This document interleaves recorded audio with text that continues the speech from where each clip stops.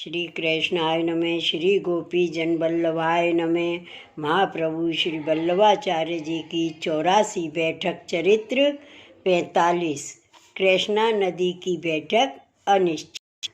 श्री आचार्य जी महाप्रभु की बैठक कृष्णा नदी के तट पर पीपल के वृक्ष के नीचे है।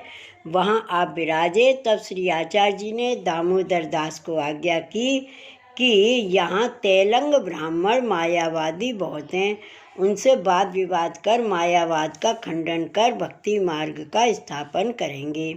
पहले यहाँ सप्ताह करेंगे। यह सुनकर मायावादी सब अपने आप यहाँ चले आएंगे, इसलिए यहाँ सहज में ही चर्चा हो जाएगी। ऐसी इच्छा आपने व्यक्त की। श्री आचार्य जी ने वहाँ भागवत का पारायण आरंभ किया। यह समाचार मायावादी पंडितों ने सुना कि श्री वल्लभाचार्य जी दिग्विजय करते हुए यहाँ पधारे हैं, कृष्णा नदी के तीर पर विराजते हैं। आसपास के सब पंडितों को बुलाया, विचार किया कि आपका तेज बड़ा भारी सुनते हैं, उनके सामने किसी से बोला नहीं जाता है। इसलिए सब मायावादी पंडितों ने विचार कर एक मत होकर चले और कृष्णा नदी पर आए। वहाँ चारों संप्रदाय के वैष्णव भी सब आपके दर्शन को आए।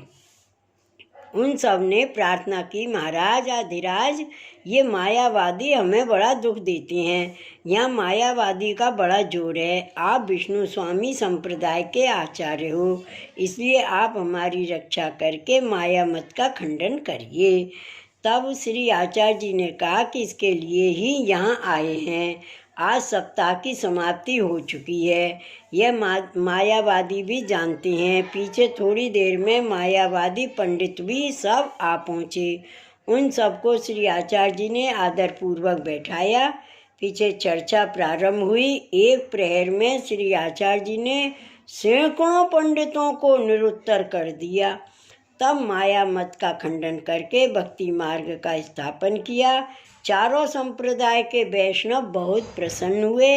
पीछे उनने प्रार्थना की, महाराजाधिराज कृपा करके हमको शरण लीजिए। वहाँ श्री आचार्य जी ने आज्ञा की कि रुद्राक्ष उतारकर कृष्णा नदी में स्नान कर आओ। मायावादी रुद्राक्ष उतारकर कृष्णा नदी में स्नान करके आए। आपने कृपा कर सभी को नाम सुनाया और तुलसी की माला पहनाई। उस समय कृष्णा नदी के तीर पर जय जयकार हुआ। तब सब पंडित दंडवत करके अपने अपने घर को गए। इसके पश्चात श्री आचार्य जी महाप्रभु ने कृष्णा नदी तीर से विजय किया। श्री कृष्णा नदी के तीर की बैठक पर यह चरित्र किया। श्री वल्लभाधीश की जय। बैठक चरित्र 46। श्री पंपा सरोवर अनिश्चित घासपेट। श्री आचार्य जी महाप्रभु की बैठक पंपा सरोवर पर बट वृक्ष के नीचे है। वहाँ श्री आचार्य जी महाप्रभु विराजे। आप श्री हस्त से पाक करते थे। तब कृष्णदास मेघन को आज्ञा की कि ढाक के पत्ते लाओ। कृष्णदास मेघन पत्ते लेने को गए तो बहुत दूर निकल गए। रास्ते में एक भयंकर पक्षी पड़ा हुआ था, उसको कृष्णदास ने देखा। तब मन में विचार की कि यह पक्षी कोई कालांतर का दिखता है। उसके पास ही ढाक का वृक्ष है, वहाँ जाकर ढाक के पत्ते तो ले आऊँ। ऐसा विचार कर कृष्णदास वहाँ गए। तब वह पक्षी बोला कि मैं रामावतार से बैठा हूँ और दुख पा रहा हूँ, इसलिए तुम श्री महाप्रभु जी से प्रार्थना करो तो मेरा उद्धार होगा। यह सुनकर कृष्णदास ने कहा कि मैं विनती करूँगा, पीछे इच्छा आपकी।